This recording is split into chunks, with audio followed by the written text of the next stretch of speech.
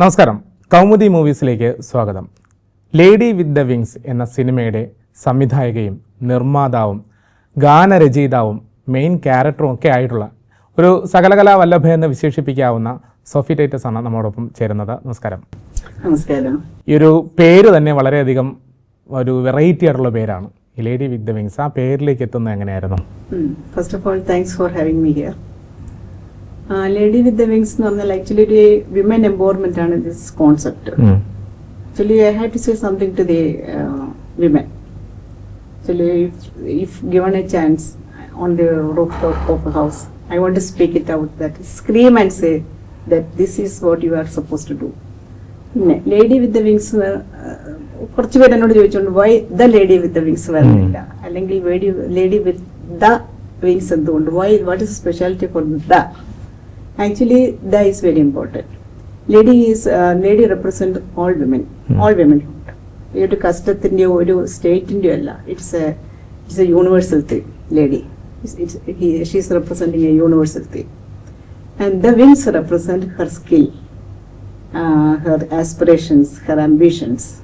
Appam aa oru hidden talent needs to come out, to find out her own purpose. Nammal there's Socrates paranja pole, know thyself. Every woman should have what is her innate talents, what is the purpose of the life. The wings represent. Once you know the wings, then you can fly. That is what I mean. Okay, മലയാള സിനിമയിൽ ഈ പറഞ്ഞ പോലെ ഒരു താരാധിപത്യം എന്നൊക്കെ പറയുമ്പോൾ ഒരു mail oriented ആയി മാത്രം ഒതുങ്ങുന്നു എന്നുള്ളൊരു തോന്നൽ എപ്പോഴും തോന്നിയിട്ടുണ്ടോ? അങ്ങനെ തീർച്ചയായിട്ടും നമുക്ക് in all walks of life അവിടെ ചെല്ലുമ്പോഴും നമുക്കൊരു ലേഡി വിമനെ പുറകോട്ട് നിർത്തുന്നത് actually it's part of our custom. ഒരു പെൺകുട്ടി ജനിച്ചു വീഴുമ്പോഴേ she is condition for that. You are going to stay in another home. You are going to ആ വീട്ടിലെ ഒരു ഓൺ ചെയ്യാൻ പോലും പറ്റാത്ത രീതിയിൽ ആ സ്ത്രീയെ, ആ കുഞ്ഞിനെ കണ്ടീഷൻഡാക്കണം. You are going outside. You are ഇപ്പം ഒരു കുട്ടി എഡ്യൂക്കേറ്റഡ് ആണെങ്കിൽ പോലും that is for the marriage market. It is a bright thing if you are engineer or doctor like that. അവളുടെ ambitions is still going only for the marriage. After marriage, only few ladies are coming out. ഒരു സ്ത്രീ തന്നെ actually boundary, ഒരു സ്ത്രീയുടെ boundary ഉണ്ടാക്കുന്ന സ്ത്രീ തന്നെ. She is not coming out of it. ഒരു സ്ത്രീക്ക് ഫ്രീഡം കൊടുക്കേണ്ട സൊസൈറ്റി അല്ല, she has to gain it. അപ്പം ഒരു ഹസ്ബൻഡ് അല്ലെ ഒരു ഫാദർ ഞാൻ അവർക്ക് സ്വാതന്ത്ര്യം കൊടുത്തിട്ടുണ്ട്. Why he has to give? സ്വാതന്ത്ര്യം ഇസ് ഓൾറെഡി ദെയർ. അതിന്റെ ഒരു പ്രശ്നം എന്ന് പറഞ്ഞാൽ the ladies are not equipped to get it. ഇപ്പൊ ഞാനില്ലാത്ത എന്റെ ഈ സോങ്ങിലത്ത് പറയുന്നുണ്ടോ, നാ പിതാ രക്ഷതി കൗമാരെ, നാ ഭർത്തോ രക്ഷിതേ യൗവനെ, നാ പുത്രോ രക്ഷിതേ വാർദ്ധക്യേ, നാരി രക്ഷയത് സ്വയമേവ, സർവസ്ത്രീ സ്വാതന്ത്ര്യം അർഹത. ഇതാണ് ഇതിന്റെ തീം. ഒരു സ്ത്രീയുടെ ബൗണ്ടറി സൃഷ്ടിക്കുന്ന സ്ത്രീകൾ തന്നെയാണ്. അല്ലെങ്കിൽ ആ കണ്ടീഷൻഡ് ആയിട്ട് സിസ്റ്റത്തിൽ നിന്ന് പുറത്തു പോകാൻ ഒരു സ്ത്രീക്ക് പറ്റുന്നില്ല. She should not beg for the freedom. She should find out. അപ്പോൾ ഇത്തരത്തിലുള്ളൊരു തീം അത് ആദ്യമേ മനസ്സിലുണ്ടായിരുന്നതാണ്. അതായത് എനിക്ക് സമൂഹത്തിനോട് സംസാരിക്കാൻ ഈ ഒരു തീം തന്നെ വേണമെന്നുള്ള തിരഞ്ഞെടുത്തത്. ഇപ്പോഴും സമൂഹത്തിനോട് സംസാരിക്കാനുള്ള ഈ ഒരു സബ്ജക്ട് തന്നെയാണ്. കാര്യം ബീങ് എ വുമൺ, ഞാൻ അറിയുന്നുണ്ടല്ലോ what is happening to my sisters or brothers or cousins. അവരുടെ ലൈഫ്, നമ്മുടെ ഒരു സ്ത്രീക്ക് എന്തൊക്കെയാണ് സംഭവിക്കുന്നത്, why her ambitions are stop somewhere. If ഒരു 20-30 കഴിഞ്ഞാൽ സ്ത്രീകൾ ഒരു she's not coming out. If she's married, coming out ആണെങ്കിലും ഹോമും ആ ഓഫീസും തമ്മിലുള്ള management is very difficult for her. പക്ഷെ whereas man, he is free, he can go anywhere and come back. But the lady is staying at home. അല്ല, ഇപ്പം നമ്മൾ ഈ ഒരു കാലഘട്ടം വളരെയധികം മാറുന്നൊരു സാഹചര്യമാണ്. അപ്പോൾ ഇപ്പോൾ ഈ പുരോഗമനപരമായി ചിന്തിക്കുന്ന ഒരുപാട് പേര് നമുക്കിടയിൽ തന്നെ ജീവിക്കുന്നുണ്ട്. ഇന്നത്തെ കാലഘട്ടത്തിലും ഇത്തരത്തിലുള്ള ഒരു റെസ്ട്രിക്ഷനോട് കൂടിയാണ് മുമ്പോട്ട് പോകുന്നത് തോന്നുന്നുണ്ടോ? Actually there in the mind. ആ ഒരു സ്ത്രീയുടെ മൈൻഡിലാണ് restriction. Otherwise nobody is there to control her. But അതെ, ഫാദർ കൺട്രോൾ ചെയ്യുന്നു, ഹസ്ബൻഡ് കൺട്രോൾ ചെയ്യുന്നു. ദെൻ ബട്ട് വൺസ് ഇപ്പൊ ഞാൻ തന്നെ ഈ ഒരു സ്റ്റേജിൽ I am doing my movie, I am screaming it out. Every woman should do that. That's what I feel. They should take their own freedom and nobody is going to give. Unless and until you are not taking the first step, nobody is going to, no push will be there. താങ്കൾ തന്നെ സൂചിപ്പിച്ച പോലെ പലയിടങ്ങളിലായി കണ്ട അല്ലെങ്കിൽ മനസ്സിലാക്കിയ സാഹചര്യങ്ങളാണെന്ന് പറഞ്ഞു. അപ്പോൾ ഈ ഒരു സിനിമയിലേക്ക് എത്തുമ്പോഴും അല്ലെങ്കിൽ സിനിമയുടെ തിരക്കഥയിൽ പിന്നെ പ്രവർത്തിക്കുമ്പോഴും സിനിമയിൽ സംവിധായികയായിരിക്കുമ്പോഴും ഒക്കെ ഒരു സ്വന്തം ജീവിതത്തിലുണ്ടായ അനുഭവങ്ങൾ തന്നെയാണോ സിനിമയിൽ കൂടുതൽ എക്സ്പ്രസ് ചെയ്തിരിക്കുന്നത്? ആക്ച്വലി ഇത് ക്യാരക്ടർ ബിന്ദു എന്നുള്ള ക്യാരക്ടറാണ്. ഷീസ് കമ്മിങ് ഫ്രം തൊഴിലുറപ്പ് പദ്ധതിയിൽ നിന്ന് വരുന്ന ഒരു ലോ ലെവലിൽ നിന്ന് വരുന്ന ഒരു സ്ത്രീയെ കുറിച്ചാണ്. But her psyche is almost mine. പെട്ടെന്ന് ദേഷ്യപ്പെടുക, പെട്ടെന്ന് സ്നേഹിച്ചാൽ അങ്ങേറ്റം സ്നേഹിക്കുക, ദേഷ്യം വന്നാൽ കൊല്ലുന്ന ലെവലിലേക്ക് എത്തുക, മീൻസ് വൈരാഗ്യം ഉണ്ടാവുക, അറ്റ് ദി സെയിം ടൈം ഒരു ടോളറൻസ് ലിമിറ്റ് ഇല്ലാത്തൊരു സ്ത്രീ. ഇതെല്ലാ ക്യാരക്ടറും ഒരു ഹ്യൂമൻ ബീയിങ്ങിന്റെ സൈക്കിൾ ഇതെല്ലാം ഉണ്ട്. What you are nourishing that will come out. അപ്പൊ എന്റെ ക്യാരക്ടറിലും പല ഒരു പേഴ്സണൽ അതിൽ വന്നെന്നിരിക്കാം. പക്ഷെ ഞാൻ ആ ബിന്ദു എന്നുള്ള ക്യാരക്ടറിൽ നിന്ന് ഒരുപാട് ദൂരെയാണെങ്കിൽ പോലും ആസ് വുമന്റെ സൈക്കോളജി ഓൾമോസ്റ്റ് സെയിം ആണെന്നാണ് വാട്ട് ഐ ഫീൽ. അങ്ങനെയാണ് ചിന്തിക്കുന്നത്. ഓക്കെ, മറ്റൊന്ന് ഞാൻ തുടക്കത്തിൽ പറഞ്ഞ പോലെ സംവിധായികയാണ്, തിരക്കഥാകൃത്താണ്, ഗാനരചയിതാവാണ്, വസ്ത്രാലങ്കാരത്തിൻ്റെ മേൽനോട്ടം ഉണ്ടായിരുന്നു, നിർമ്മാതാവാണ്. ഇങ്ങനെ എല്ലാ മേഖലയിലും ഇപ്പോൾ നമ്മൾ ഒരു കാര്യം തന്നെ ചെയ്യാനായിട്ട് വളരെയധികം ബുദ്ധിമുട്ടാണ്. പ്രത്യേകിച്ച് സിനിമയിൽ വളരെയധികം കോൺസെൻട്രേഷൻ വേണ്ട ഒരു കാര്യമാണ് സംവിധാനം എന്ന് പറയാറുണ്ട്. അപ്പോൾ ഈ എല്ലാ മേഖലയിലും കൂടി ഒത്തുചേർന്ന് നിന്നപ്പോൾ ഏതെങ്കിലും തരത്തിലുള്ള ബുദ്ധിമുട്ടുകളുണ്ടായിരുന്നോ, അല്ലെങ്കിൽ എല്ലാം തനിക്ക് തന്നെ ചെയ്യണം എന്നുള്ളൊരു വിശ്വാസമുള്ളത് കൊണ്ടായിരുന്നോ? First of all confidence was there. പിന്നെ എനിക്ക് ആരോടും കമ്മിറ്റ്മെന്റ് ഇല്ല. എനിക്ക് കമ്മിറ്റ്മെന്റ് സൊസൈറ്റിയോടുള്ളൂ. I am leaving some product. എന്റെ ഒരു മെസ്സേജ് കൊടുക്കുവാണ്. If it is reciprocating, very good.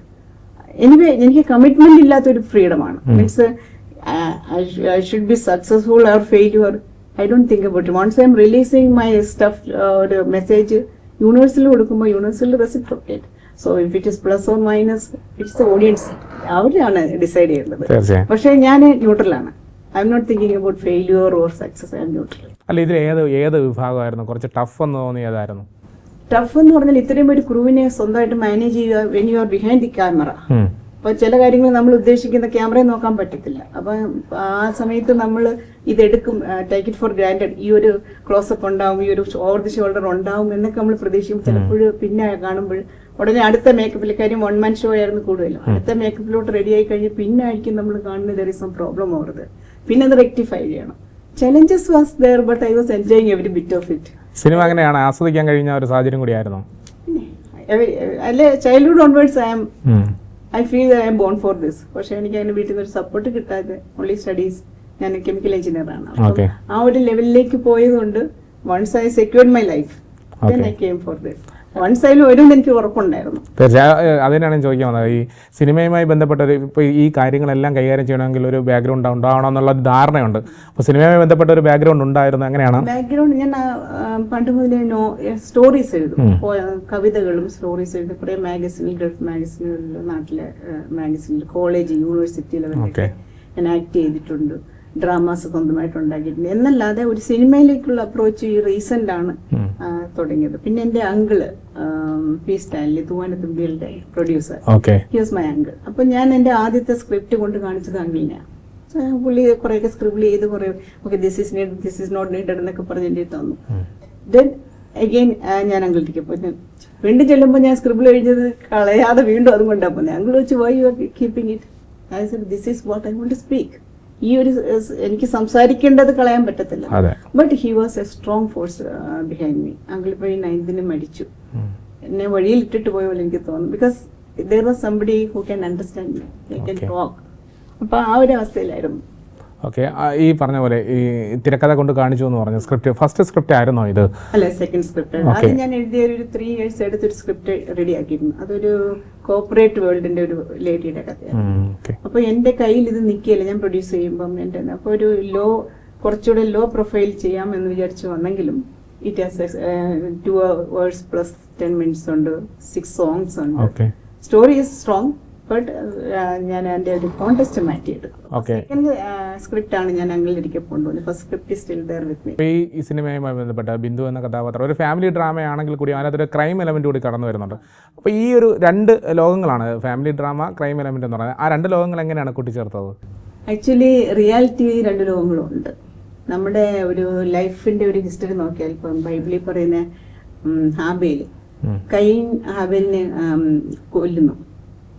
ഒരു ഫാമിലി യൂണിറ്റ് സ്റ്റാർട്ട് ചെയ്തേ ഉള്ളൂ, 2 ബ്രദേഴ്സാണ്.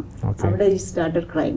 ഒരു ഫാമിലി യൂണിറ്റിന്റെ ജസ്റ്റ് ബിഗിനിങ്ങിൽ അവിടെ ക്രൈം സ്റ്റാർട്ട് ചെയ്തു. മഹാഭാരതത്തിൽ ദുര്യോധനൻ സ്വന്തം ബ്രദറിനെ ഒരു സിസ്റ്റർ ഒരു സഹോദരിയായിട്ട് കാണേണ്ട പാഞ്ചാലിയെ മീൻസ് ദ്രൗപതിയെ ഒരു എല്ലാവരുടെയും സഭയിൽ വെച്ച് തന്നെ ഒരു ഫാമിലി യൂണിറ്റിൽ തന്നെ വെച്ച് വസ്ത്രാക്ഷേപം ചെയ്യുന്നല്ലോ വാട്ടോടിസ് അങ്ങനെ ചെയ്യുന്നു.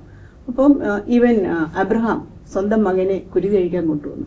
What ever is the religious background behind it, crime is all there.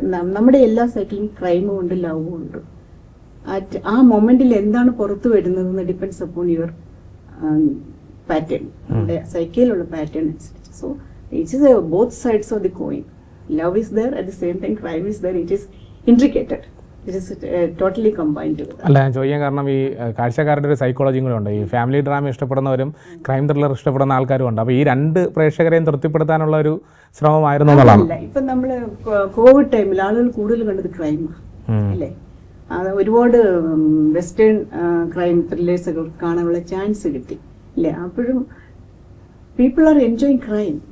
നമ്മളൊരു കുട്ടി ഒരു പപ്പറ്റിനോട് കളിക്കുമ്പോൾ അതിനെ ചവിട്ടരുത് നമ്മൾ പറയുമ്പോൾ ആ കുട്ടി എൻജോയ് ചെയ്യുന്നു. ഈവൻ നമ്മൾ അങ്ങനെ ആയിരുന്നു. അപ്പം ക്രൈം ഈസ് ഓൾവേസ് ദർ. അപ്പം ഇറ്റ്സ് ഒരു ഹ്യൂമൻ ലൈഫിൽ ഇതെല്ലാം ഉണ്ട്. അപ്പം അത് ഞാൻ രണ്ടുപേരും തൃപ്തിപ്പെടുക എന്നൊരു സിറ്റുവേഷൻ ഞാൻ അങ്ങനെ ചിന്തിക്കുന്നില്ല. ഓഡിയൻസിന്റെ പോയിന്റ് ഓഫ് വ്യൂവിനേക്കാളും വാട്ട് ഈസ് ലൈഫ് എന്നുള്ളതാണ് കോൺസെപ്റ്റ്. ലൈഫിൽ എന്തെല്ലാം ഉണ്ട്, it should be natural. Okay, women empowerment ആണ് ഈ സിനിമയിലെ ഏറ്റവും പ്രധാനപ്പെട്ട ലക്ഷ്യം എന്ന് പറയുന്നത്. പ്രേക്ഷകരിലേക്ക് എത്തിക്കാൻ ശ്രമിച്ചതും ഈ സിനിമയിലൂടെ എത്തിക്കാൻ ശ്രമിച്ചത് അത് മാത്രമാണോ? അതെ, വിമൻ എംപവർമെന്റ് എന്നാൽ എൻ്റെ ഒരു it's my goal, it's my duty to tell something to my എൻ്റെ ആ ജെൻഡറിൽപ്പെട്ടവരോട് പറയാൻ. അപ്പോൾ അത് പറയാൻ വേണ്ടി തന്നെയായിരുന്നു എൻ്റെ ഉദ്ദേശം. കുറച്ചുകൂടെ പറയണം. ആക്ച്വലി ആസ് എ ബിന്ദുവിന്റെ കോൺസെപ്റ്റിൽ, ആ ക്യാരക്ടറിന്റെ കോൺസെപ്റ്റിൽ നിന്ന് ഇത്രേ പറയാൻ പറ്റൂ. ഫിസിക്കൽ ഒരു പിന്നെ സ്ലേവറിയാണ്, ഫിസിക്കൽ അടിമത്തത്വമാണ് പറയുന്നത്. പക്ഷെ ഇനി അതിനേക്കാൾ ഡീപ്പായിട്ട് പറയാനാണ് അടുത്ത സ്റ്റോറി റെഡിയാക്കി വെച്ചിരിക്കുന്നത്. It's a mental slavery, how can you come out. അപ്പം ഒരു സാധാരണ സ്ത്രീക്ക് ഉണ്ടാകുന്ന challenges, how she is coming out, how she is taking her weakness into strength. As a director ഒരു സിനിമയുമായി ബന്ധപ്പെട്ട് നിൽക്കുമ്പോൾ ഞാൻ നേരത്തെ സൂചിപ്പിച്ച പോലെ ഒരു ടെൻഷൻ അനുഭവിക്കുന്ന ഒരു ജോലി കൂടിയാണ് ഈ ഡയറക്ഷൻ എന്ന് പറയുന്നത്. അപ്പോൾ ബിഹൈൻഡ് ദ സീൻസിൽ ഒരുപാട് മറക്കാനാകാത്ത ഒരുപാട് സന്ദർഭങ്ങളും സാഹചര്യങ്ങളൊക്കെ ഉണ്ടാവും. അങ്ങനെയുള്ള ഏതെങ്കിലും ഒരു സാഹചര്യം പെട്ടെന്ന് ഓർത്തെടുക്കാൻ കഴിയുന്നത്? സാഹചര്യം എനിക്ക് ചലഞ്ചസ് ഇഷ്ടമാണ്. First of all as A ഒരു കുട്ടിയായിരിക്കുമ്പോഴേ എനിക്ക് ചലഞ്ചസ് ഇഷ്ടമാണ്. ഓവർകം ചെയ്യുന്ന ഒരു മോട്ടിവേഷൻ നമ്മുടെ ഈ ചലഞ്ചസിനേക്കാളും ഹയർ ലെവലിലാണ് നിൽക്കുന്നത്. പക്ഷെ ഇതിനകത്ത് എനിക്ക് വന്നെന്ന് പറഞ്ഞാൽ ഒരു തേർഡ് ഡേയിൽ എൻ്റെ ഷൂട്ടിൻ്റെ ഇടയ്ക്ക് ഞാൻ ഈ മൂന്നാമത്തെ സ്റ്റെപ്പിൽ നിൽക്കുക. അപ്പം ഞാനിങ്ങനെ സ്റ്റെപ്പ് ഇറങ്ങി വന്നിട്ട് രാജേഷ് ഹെബ്ബാറുമായിട്ടൊരു സീനാണ്. അപ്പം എൻ്റെ വീട്ടിൽ നിന്ന് എൻ്റെ സ്റ്റെപ്പിൽ നിന്ന് ഇറങ്ങി വരിക.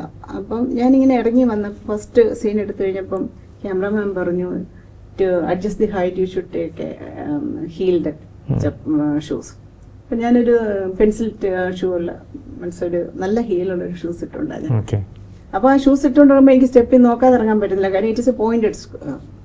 അപ്പോൾ ഒരു പ്രാവശ്യം ഇറങ്ങി അത് സീൻ കഴിഞ്ഞപ്പോൾ ക്യാമറയെ നോക്കി, പിന്നെയും തിരിച്ചു പോയി. ക്യാമറയെ നോക്കാൻ പാടില്ല, പക്ഷേ ഇത് തന്നെ എഴുതണം, സാരി എടുത്തിരിക്കുന്നത്. അതിൽ നിന്ന് ഞാൻ ആ ഫസ്റ്റ് സ്റ്റെപ്പിൽ നിന്ന് ഈ പോയിന്റ് ഷൂവിൻ്റെ ആ പോയിന്റ് ഈ സ്റ്റെപ്പിൽ കുരുങ്ങിയിട്ട് ഞാൻ 3 കരണം ഇങ്ങനെ മറിഞ്ഞു നേരെ മുറ്റത്ത് വീണു. മുറ്റത്ത് വീണ് എൻ്റെ കാല് പൊട്ടി, കാലിൻ്റെ ഈ ഭാഗത്ത് പൊട്ടി. എന്നിട്ട് ഞാൻ അതുകൊണ്ട് ഷൂട്ട് ഷെഡ്യൂൾ കംപ്ലീറ്റ് ചെയ്തു. ഒരു 15 days കംപ്ലീറ്റ് ചെയ്തു. അപ്പോൾ വേദനയും കൊണ്ടു. അതൊരു വല്ലാത്ത മാർക്കാണ് അനുഭവം. ഹോസ്പിറ്റലിൽ ചെന്ന് ചെക്ക് ചെയ്തപ്പോൾ ഡോക്ടർ പറഞ്ഞു why you are doing like this എന്ന് ചോദിച്ചു. അപ്പോൾ ഞാൻ പറഞ്ഞു എനിക്ക് that is more important than my life. അത് ആ പൊട്ടിയെടുത്തിട്ട് അങ്ങ് ജോയിൻ ചെയ്തു. മറ്റൊന്ന്, ഈ പുതുമുഖ സംവിധായിക എന്ന് പറയുമ്പോൾ ഇതൊരു മേഖലയിൽ ഒരുപാട് പ്രഗത്ഭരായ ആൾക്കാർ എത്തിയിട്ടുള്ളതാണ്. അപ്പോൾ ഒരു പുതുമുഖ സംവിധായിക എന്നുള്ള നിലയിൽ എങ്ങനെയാണ് സ്വയം വിലയിരുത്തുന്നത്? I am very smart, I feel. കാര്യം ഇതൊരു ചലഞ്ചാണ്. നമ്മുടെ മെന്റൽ കൺസ്ട്രെയിൻ ആണ് നമ്മൾ ആദ്യം ഓവർകം ചെയ്യേണ്ടത്. നമ്മുടെ ഒരു ഫിസിക്കൽ കൺസ്ട്രെയിൻസ് ഒരുപാടുണ്ടാകും. അപ്പോൾ ഇതില്ലാതെ ബിഗിനിങ് ഓൺവേർഡ്സ് അവർ നോ എന്ന് പറയുന്നവരാണ് ഞാൻ കണ്ടത് മുഴുവൻ. ഈവൻ എൻ്റെ അങ്കിൾ പോലും പറഞ്ഞു you cannot produce it, you give the story to somebody else, because നിന്റെ കൈ നിൽക്കില്ല. അങ്കിൾ പറഞ്ഞ ഒരു പോസിറ്റീവ് കാര്യം ആണെങ്കിൽ കൂടി മറ്റ് എൻ്റെ ആ ഫീൽഡിലുള്ള മിക്കവരും എന്നോട് പറഞ്ഞത് നോ ഒരു ഇത്രയും ഇത്രയും ഹൈ ആർട്ടിസ്റ്റ് വാല്യൂ ഉള്ള ഒരു ഫീൽഡിൽ നിൽക്കുമ്പം you are just trying.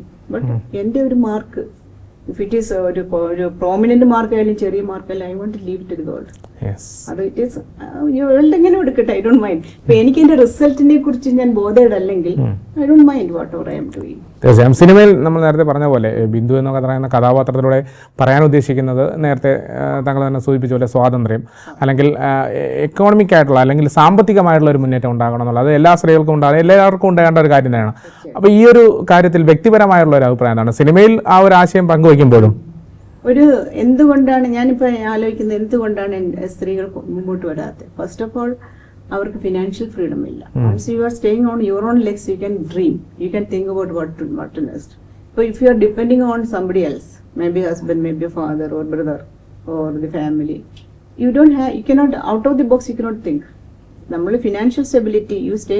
Bindu തന്നെ പറയുന്നത് സ്വന്തം കാലിൽ നിൽക്കണം, സ്വന്തം കാലം നിൽക്കാൻ പഠിച്ചു കഴിഞ്ഞാൽ ഒരുത്തിനെയും പേടിക്കണ്ട. അവളുടെ ലോക്കൽ ലാംഗ്വേജിലാണ് പറയുന്നത്. ഒരുത്തേനും തന്നെ മീൻസ് സൊസൈറ്റിയാണ് അവൾ പറയുന്നത്. You should stand in your own legs. അപ്പോൾ ഫിനാൻഷ്യൽ ഫ്രീഡം ഉണ്ടാവുകയാണെങ്കിലാണ് എൻ്റെ next step is mental freedom, then self esteem. ഈ ഒരു ലെവലിലേക്ക് പോകണമെങ്കിൽ first of all you should stay in your own legs. സ്വന്തം കാലം നിൽക്കുന്ന ഒരു സ്ത്രീക്ക് നെക്സ്റ്റ് സ്റ്റെപ്പിലേക്ക് മൂവ് ചെയ്യാൻ പറ്റും. Otherwise she will be in ആ പ്രിസണിൽ തന്നെ കിടക്കും. ഈ വൂണ്ടഡ് ഹീൽസ് എന്ന് പറയുന്നത് ഒരു വലിയ ആശയമാണ്. നമ്മൾ ചിന്തിക്കുന്നതിനപ്പുറം അല്ലെങ്കിൽ നമുക്കത് പറഞ്ഞു കൊടുക്കുന്നതിനപ്പുറമായിട്ടുള്ളൊരു ആശയമാണ്.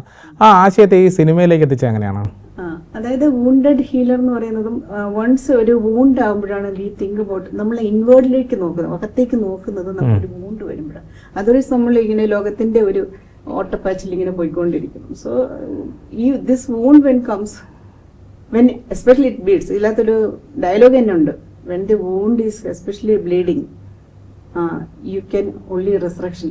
Two possibilities, only resurrection, ഒന്നിനെ ഉയർത്തെഴുന്നേൽക്കാം അല്ലെങ്കിൽ മണ്ണടിയാം. Bindu is preferring resurrection. അപ്പം ആ ഒരു once you have wound, you are thinking, looking inward. Socrates പറയുന്ന പോലെ know thyself. നമ്മൾ തന്നെ അറിഞ്ഞ് what is our innate talents എന്ന് പറയുമ്പോഴേ you can go out. So once you are awakened, ആ ഒരു സ്റ്റേജിൽ എത്തിയാൽ you will think about your fellow people, how can I help them എന്നൊരു. അപ്പോൾ ഒരു wounded healer, I can heal others. Once I heal myself, I can heal others. ആ വേദനയിൽ നിന്നാണ് സ്ത്രീക്ക് ഒരു ശക്തി ഉണ്ടാകേണ്ടത് എന്നുള്ളതാണ്. ഒരു സ്ത്രീക്ക് വരുത്തുള്ളൂ. ഒരു കുഞ്ഞിന് ജന്മം കൊടുക്കുന്ന ഒരു അമ്മ, ആ ഭീകരമായ അതിൽ ഏറ്റവും വലിയ വേദന എന്ന് പറയുന്നത് ആ കുഞ്ഞിന് ജന്മം കൊടുക്കുന്ന അമ്മ ആ കുഞ്ഞിന്റെ കരച്ചിലാണ് ആ സ്ട്രെങ്ത് എടുക്കുന്നത്. It is always connected. തീർച്ചയായും. മറ്റൊന്ന് സിനിമയുമായി ബന്ധപ്പെട്ട് ഇപ്പോൾ ഒരു ആദ്യ സിനിമ മുന്നിലേക്ക് എത്താൻ പോവുകയാണ്, പ്രേക്ഷകരുടെ മുന്നിലേക്ക് എത്താൻ പോവുകയാണ്.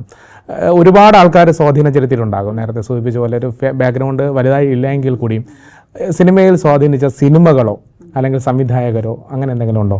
ക്രിസ്റ്റഫർ നോർലാൻ എനിക്ക് ഫേവറേറ്റ്, എല്ലാ കാലത്തെയും ഫേവറേറ്റ് ആണ്. സിനിമകൾ ഒരുപാട് സ്വാധീനിച്ചിട്ടുണ്ട്. പക്ഷെ ഒരു സിനിമയുടെ ഫുൾ സ്വാധീനിച്ചെന്ന് പറയാം. ചിലപ്പോൾ അതിന്റെ ഫോട്ടോഗ്രാഫി ആയിരിക്കും സ്വാധീനിച്ചത്, അല്ലെങ്കിൽ ചിലപ്പോൾ ഒരു ക്യാരക്ടർ ആയിരിക്കാം, ചിലപ്പോൾ അതിന്റെ മെസ്സേജ് ആയിരിക്കാം.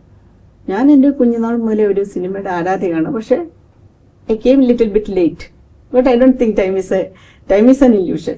ടൈം അങ്ങനെ എനിക്ക് ഫീൽ ചെയ്യുന്നില്ല. ലേറ്റ് എന്നൊരു കോൺസെപ്റ്റ് എനിക്കില്ല. ഇല്ല. ഓക്കെ. മറ്റൊന്ന് സിനിമ റിലീസാവുന്നതിന് മുമ്പ് ഒരുപാട് പ്രതീക്ഷകളുണ്ട് സിനിമയെക്കുറിച്ചുള്ള. അപ്പോൾ ആ ഒരു പ്രതീക്ഷയെ മുൻനിർത്തി എന്തൊക്കെ കാര്യങ്ങളാണ് പ്രേക്ഷകരോട് പറയാനുള്ളത്?